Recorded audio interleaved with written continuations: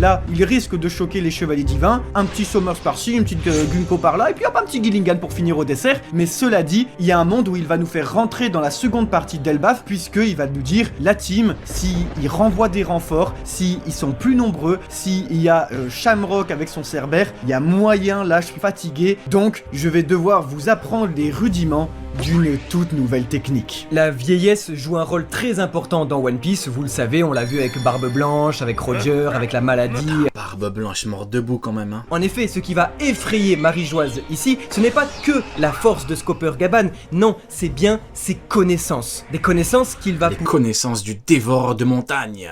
Pouvoir transmettre aux plus jeunes. Et en parlant de connaissances, on se rappelle les connaissances qu'il va pouvoir transmettre aux plus jeunes. Vous connaissez bien évidemment l'amour que j'ai pour ces trois patrons. J'ai énormément de respect, d'admiration. Le problème, c'est que quand tu viens de voir le grand dévoreur de montagne en action, tu te dis les frérots, va falloir y aller pour... va falloir montrer que c'est vous la relève. Parce que Gaban, il rigole pas. Hein. Et même Luffy, vous savez, hein, pour moi c'est le GOAT avec Roger, il y a pas de... Je ne discute pas. Tu fais peut-être un peu trop le Golemon en Gear 5. Va falloir un petit peu...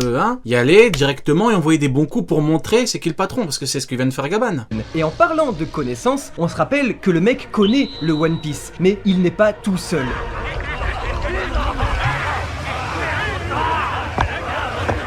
Oh la montagne. Comment il est stock. Regardez-le. Oh, il a des cuisses. Merci Titan.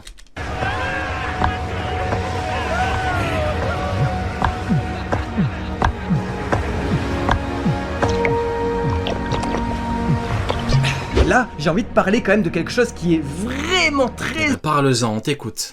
étonnant dans One Piece, dans le manga, c'est tout simplement que sur l'équipage entier de Lauro Jackson, nous connaissons uniquement la vie de 5 membres. Riley est parti sur Sabaody, Crocus est parti au Cap des Jumeaux, Gaban est parti sur Elbaf, Oden est parti sur Wano Kuni et Roger est parti aller voir Rouge puis s'est rendu à la marine. Sympa, mais je vais vous le dire les amis, il y en a 22 autres qui étaient présents sur Laugh Tale et qui ont découvert le One Piece. Regardez-moi tous ces bougs, ils étaient là, ils connaissent Joy Boy, la volonté du dit, les armes antiques, le siècle oublié, tout. C'est qui ces mecs? Et c'est là où Day te dit en fait, sont tous Elbaf.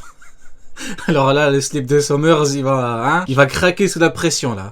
Mais on parle pas assez d'eux, je trouve. Mais plus que tout, il est où Lauro Jackson? Et plus que tout, parce que si on parle de tous les membres, il y en a un dernier. En vrai, ce serait le pays qui serait le plus apte à garder ses légendes, vu que c'est un pays indépendant, voilà, qui n'est pas sous la joue du GM et tout. Déjà que le grand Rachiboiser, il a vu, le pauvre, il n'a même pas eu besoin de se faire taper, il était déjà quasiment KO mentalement, alors si tu rajoutais... Après bon, les autres c'est pas des équivalents, mais ils sont beaucoup. Et on sait comment ça fonctionne dans OP, au plus les commandants sont forts, au plus les autres sont pas... Les autres sont également très forts, donc bon.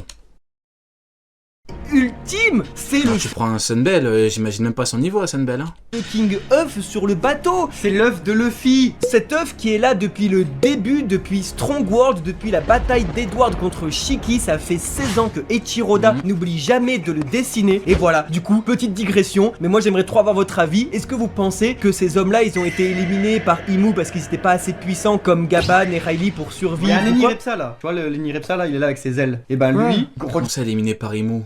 il a donné l'œuf et il a dit mon Lenny Repsa level 200 protège l'œuf, dedans il y a Joy Boy. Et après ça a éclos et c'est Monkey D. Luffy. Écoutez pas. Et après, comme il s'est fait tuer par la marine parce que Im du coup a fait colère de Yop, il a donné avant de mourir à Monkey D. Dragon, il a dit dedans tu feras Son frère est au bout de sa vie. De cet enfant ton fils. Du coup c'est Garp qui a pondu l'œuf quoi. Non. Ah, là ça m'intéresse, gros bâtard. Là j'aime bien. Garp qui pond un œuf, là j'aime bien. Parce que Garp il a juste un fils, c'est Monkey D. Dragon, c'est tout. Bah oui, mais pourquoi du coup Luffy et Garp ils se ressemblent comme des gouttes d'eau? Quoi? Mais parce que c'est la volonté allez, de la flamme, ne l'écoutez pas. La flamme finalement qui habite chacun d'entre nous. Le fille ressemble à Ace, hein. C'est le fils de Roger du coup. Est-ce que Gaban à la fin d'Elbaf ne pourrait pas nous partager des infos sur Lauro Jackson qui a disparu pendant 1 an, sur le reste des membres de l'équipage? Est-ce qu'il se trouve sur Roadstar? Est-ce qu'on va les voir bientôt? Et qu'en est-il de cet œuf? Voilà, beaucoup de mystères. Gaban nous le disait après avoir chassé bien comme il faut Zoro. Dévoreur de montagne. Il arrive en chemise hawaïenne, il en a rien à foutre.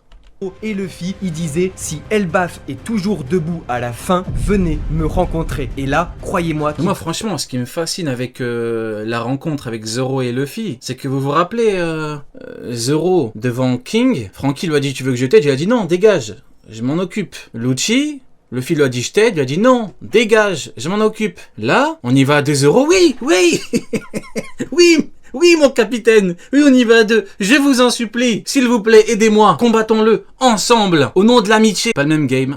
Il va avoir beaucoup de choses à nous dire. Après, ce sont les faits. Hein, on peut essayer de... Mais... Hein?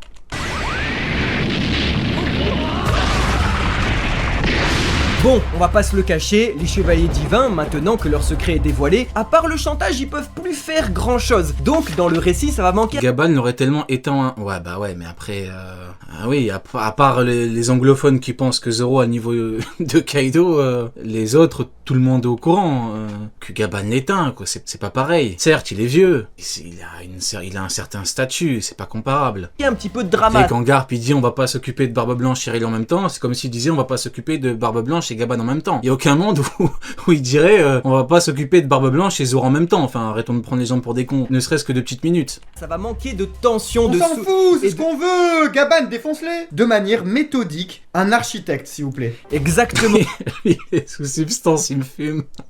C'est pour ça que du coup, ça va manquer de Il a pris 43 cafés, il est au bout de sa vie. tension, dans le sens où les chevaliers divins ne pourront pas répondre à cette puissance et vont devoir, comme on... Je souffle, Gaban aurait rien éteint du tout. Ouais, bah bien sûr. Mais bien sûr, frérot. Bien sûr, Gaban éteint pas Zoro, bien sûr. Bah pendant qu'on y est. vous disiez, appeler des renforts. Ça tombe T'as bien. un chevalier divin qui représente l'élite du GM, qui est là depuis des années, qui a vu God Valley qui se chie dessus en voyant Gaban. Évidemment, Gaban n'éteint pas Zoro, évidemment. Bah oui, bah pourquoi pas. Pendant qu'on y est, Gaban n'éteint pas un mec qui tient à peine 2 minutes avec son Haki des Rois quand il tient son épée. Bah oui, bah pourquoi pas. Évidemment, pendant qu'on y est. Bien, Shamrock avait été appelé sur Marie-Joise et il pourrait revenir en T'as force. vu ce que tu me forces à faire? Alors que Zoro c'est la famille. T'as vu ce que tu me forces à dire? J'ai dit quoi? J'ai dit moi je suis honnête. Même si c'est la famille, faut dire la vérité. Arrêtons de prendre les gens pour des cons. Évidemment qu'il l'éteint. On va pas commencer à... Hein? S'il vous plaît. Après la Zoro, il éteint Gaban. Non mais plus quand? Plus quand encore? défaite de ses camarades. Ce qui va permettre au Attends, Mugiwara je savais que t'étais bizarre, toi tu t'appelles Teach. De base t'es un mec bizarre, toi t'es louche. d'apprendre via Scopper Gaban la technique ancestrale pour affronter l'abysse, pour les empêcher de se régénérer. Ce chapitre, le Haki est à l'origine de ce secret. C'est forcément du Haki Merci, il a dit. derrière les fagots, parce que nous l'avons vu au chapitre 1122 avec Joy Boy, c'était du Haki des rois qui avait pu renvoyer le Colosei dans la chambre de l'autorité, qui avait même pu atteindre Imu directement, la faire transpirer. Et là maintenant nous voyons des éclairs de Haki. Est-ce qu'on est sur du Haki des rois, sur du Haki de l'armement? Dans tous les cas ça va venir de là. Et quand on pense que Nico Robin a pu faire tout ça à Summers sans utiliser de Haki, que tous les membres de l'équipage n'ont toujours pas montré de Haki de l'armement et tout, Pour l'instant, le Haki de Jinbei ne lui a pas servi à grand chose, hein. peut-être que comme on vous le dit depuis des semaines, Jinbei Haki, hein? il serait temps pour eux de se bouger les fesses. Peut-être que Gaban va pouvoir nous dire, vous inquiétez pas, on va rattraper ce retard. Gaban il va arriver à faire ok les gars, je vous libère, Brook, Usopp, du coup vous maîtrisez le Rio, mettez votre Haki royal, ils vont faire.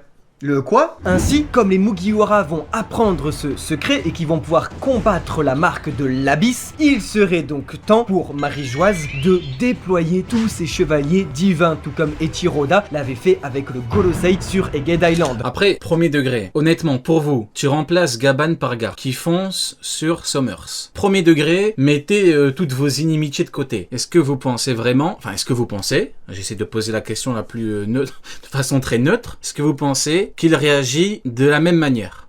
Honnêtement, mettez toutes vos inimitiés de côté, toutes vos rancœurs, honnêtement. C'est le minimum syndical pour créer une véritable bataille sur Elbaf et pour montrer quelque chose de très important. Que ce soit Shamrock ou même plus tard Gunko, ils le disaient tous les deux, une guerre gigantesque va éclater et c'est les géants qui vont peser dans la balance. C'est eux qui vont faire la différence selon le camp qu'ils vont choisir. Harald a échoué, Mother Carmel a échoué, la politique a échoué, alors pour eux, c'est maintenant ou jamais et ça va se faire par la force. Parce que vous méprenez Il finit ligoté avec Jinbe. pas, hein, même si ils sont que 3, en Il a dit fini ligoté. réalité, les chevaliers divins, ils sont vraiment très forts. Après, pour la défense de Garp, logiquement, il est au courant de comment contrer. Donc, pour la défense de Garp, au moins, ses coups, logiquement, devraient lui faire mal. Enfin, il devrait aller à l'encontre de la régène. Maintenant, s'il est bête au point d'avoir été là-bas, ou alors peut-être qu'il s'est fait éteindre rapidement et que... non, il y a un monde où il s'est fait éteindre tellement rapidement que ce chien n'est même pas au courant de comment on bat la régène. Hein. Ah ouais, c'est chaud. On le réalise pas parce que c'est des personnages qui sortent un peu de nulle part. Merci mon frérot NBY Freak.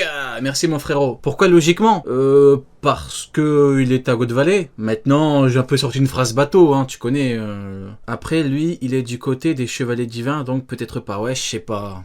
S'il est pas au courant, force à lui, hein. C'est pas du Mihawk, du Akainu, du Shanks qu'on attend depuis 20 ans, mais en fait, Oda il a sorti des personnages absolument redoutables qui font que vous enlevez la présence absolument miraculeuse d'une des légendes de ce monde et de l'histoire, vous enlevez la présence d'un empereur des mers, il n'y en a que 4 dans le monde, hein, donc il faut qu'il soit ici, et bien les chevaliers divins, juste à 3, hein, ils vous grand terrassement un pays. Ouais, mais logiquement, il a pas combattu les chevaliers divins. Oui, tout à fait. Oui, tout à fait.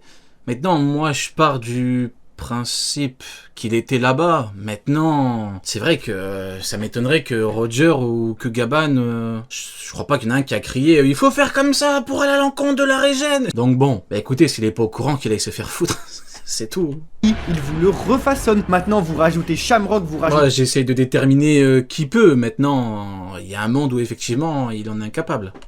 L'entièreté, ils sont quoi, une 9 environ, mais ils vous défoncent n'importe quelle nation, à eux tout seuls. C'est l'Akatsuki, ils arrivent, ils détruisent tout. Donc, en soi, ils sont vraiment très forts. Ça pourrait donner un combat final très intéressant, surtout avec la possibilité de les contre. Tu surestimes Gar. J'aurais jamais cru entendre ça un jour dans ma vie. Tu viens de m'insulter, là. Là, tu viens de m'insulter, là. C'est...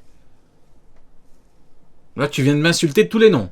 Contrecarré finalement. Mais ça n'empêche pas que dans le temps présent... Et tu surestimes Garp carrément. Tout de suite maintenant, l'ultimatum reste le même. Si Somers, lui, est plus ou moins hors d'état de nuire, ça n'empêche pas que c'est Gunko qui a la possibilité... Tu peux menacer pendant qu'on y est, hein. On n'est pas à ça près, hein. De faire basculer Ronja de la falaise de sa flèche jusqu'à directement dans le monde souterrain. Ronja, cette petite fille qui représente l'idéal de l'être humain chez Eiichiro Oda, savoir qu'il fait One Piece, on vous le rappelle tout le temps, pour les enfants, parce que c'est un peu une version pure de l'humanité, elle va évoquer le cahier des charges à tenir d'un bon être humain, optimiste, pur, un sens de l'abnégation totale vis-à-vis de sa personne pour sauver non pas les autres, mais en plus de ça, la culture, le savoir et le lendemain. Alors qu'elle-même est ni plus ni moins que le futur de l'humanité. Cette petite fille, c'est l'occasion de revenir sur un truc qui... Ouais, je suis d'accord, Goat Ronja, ouais, totalement d'accord, magnifique.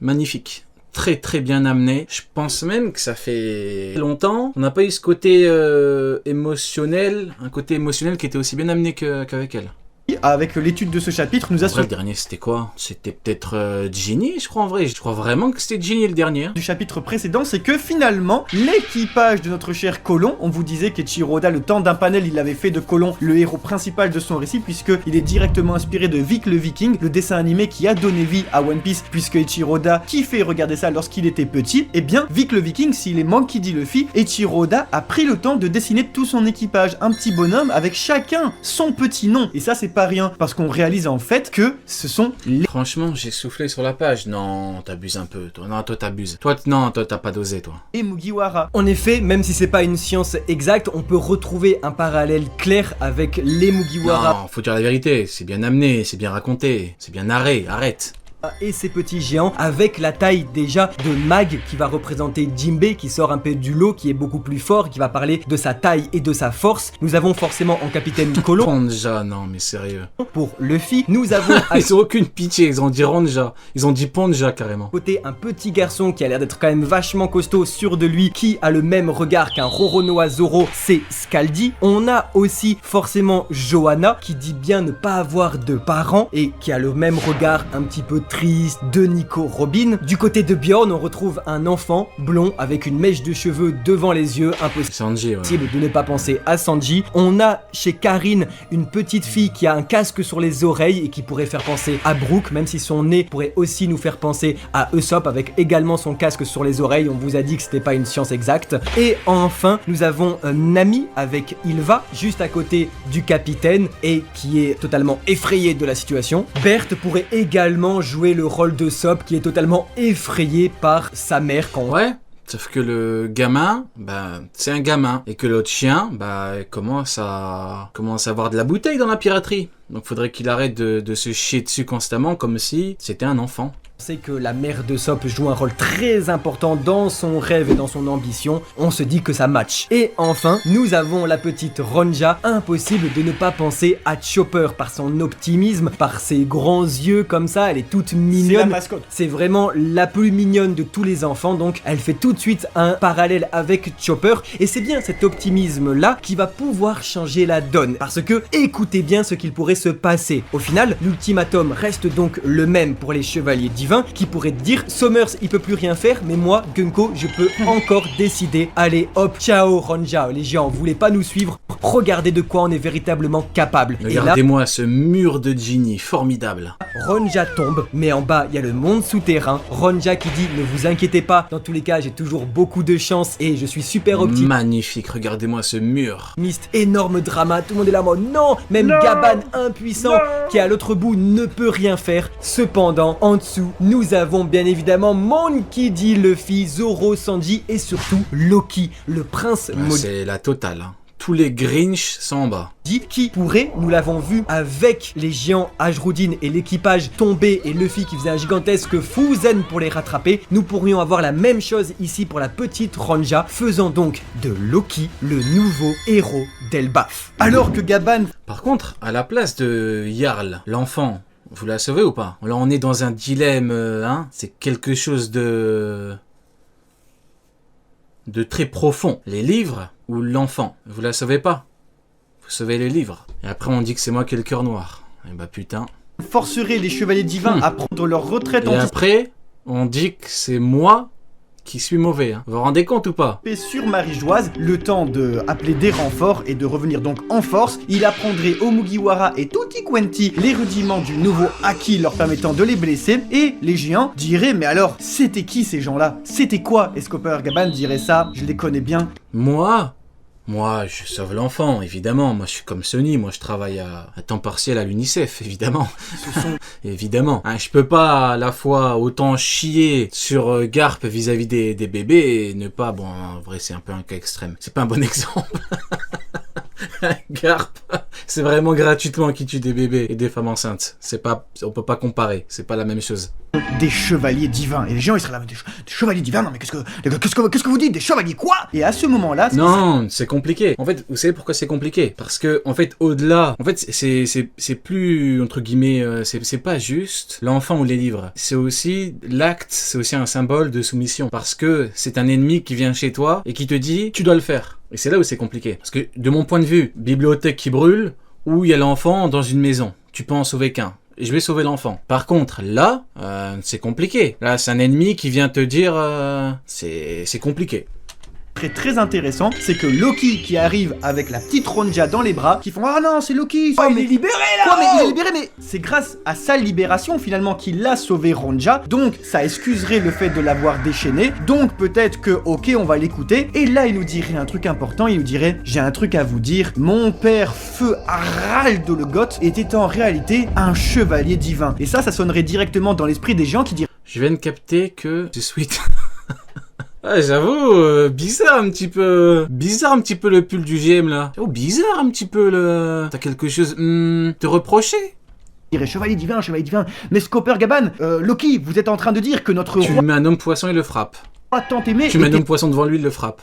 aussi Dégage, sale homme poisson de merde. 3 FDP qui ont essayé de tous nous tuer, c'est très simple, ça réhabiliterait immédiatement Loki. Retourne dans les bas-fonds de l'océan avec tes semblables. Finalement, le sauveur d'Elbaf qui aurait été le premier à terrasser un chevalier divin, qui plus est un traître, qui plus est monarque d'Elbaf. Rappelez-vous, à 2 reprises, Sommers nous a donné des indices pour comprendre que Harald était un chevalier divin. La première fois, c'est lorsqu'il arrive téléporté par Gunko qui dit « Bah, vous êtes sur Elbaf pour rendre visite à la tombe de Harald ?» Et la deuxième fois, c'est lorsqu'ils mettent leur plan en route que lui-même s'exclame à voix haute et dit « Harald, t'as bien merdé sur ce coup ». Ce qui prouve que du coup, il doit réparer les erreurs d'Harald qui, lui, n'avait pas réussi par sa politique à allier les géants au gouvernement mondial. Si, en plus, nous avons vu que Loki avait été recruté par les chevaliers divins, c'est sûrement parce qu'il était la cible logique à aller voir parce que c'est le fils de leur ancien camarade chevalier divin. Cependant, dans One Piece, vous le savez, le fils ne fait pas du tout le père, ce n'est pas le sang qui fait la famille, et Loki, lui, nous l'avons vu avec Shebeck, est beaucoup plus un Rox dans l'âme, c'est un pirate. Alors, le prince maudit va donc devoir réparer toutes les erreurs de son père, qui lui était un chevalier divin. Avec l'arrivée de Donc Harald était un chevalier divin. Mais du coup, tu peux être un chevalier divin et être encore en poste. Scooper Gaban, la bataille Harald, le chevalier divin. finale pour Elbaf va pouvoir enfin commencer. Parce que oui, est-ce que vous savez pourquoi Sommers est autant choqué de voir Scooper Gaban? Ce n'est pas juste pour ses haches, pour sa puissance, pour tout ça. Ce n'est pas juste parce qu'il a perdu un bras, il le regarde et dit « Oh, ça ne repousse pas ». C'est uniquement lorsqu'il voit l'individu qu'il a coupé qu'il commence à paniquer. C'est parce que juste avant, il a donné l'ordre de brûler absolument toutes les connaissances. Et il le dit lui-même, si on brûle tout ça, c'est pas juste parce que c'est des livres tutti quanti, mais c'est Il y a quand même beaucoup de mots pour dire qu'il se chie dessus, quoi.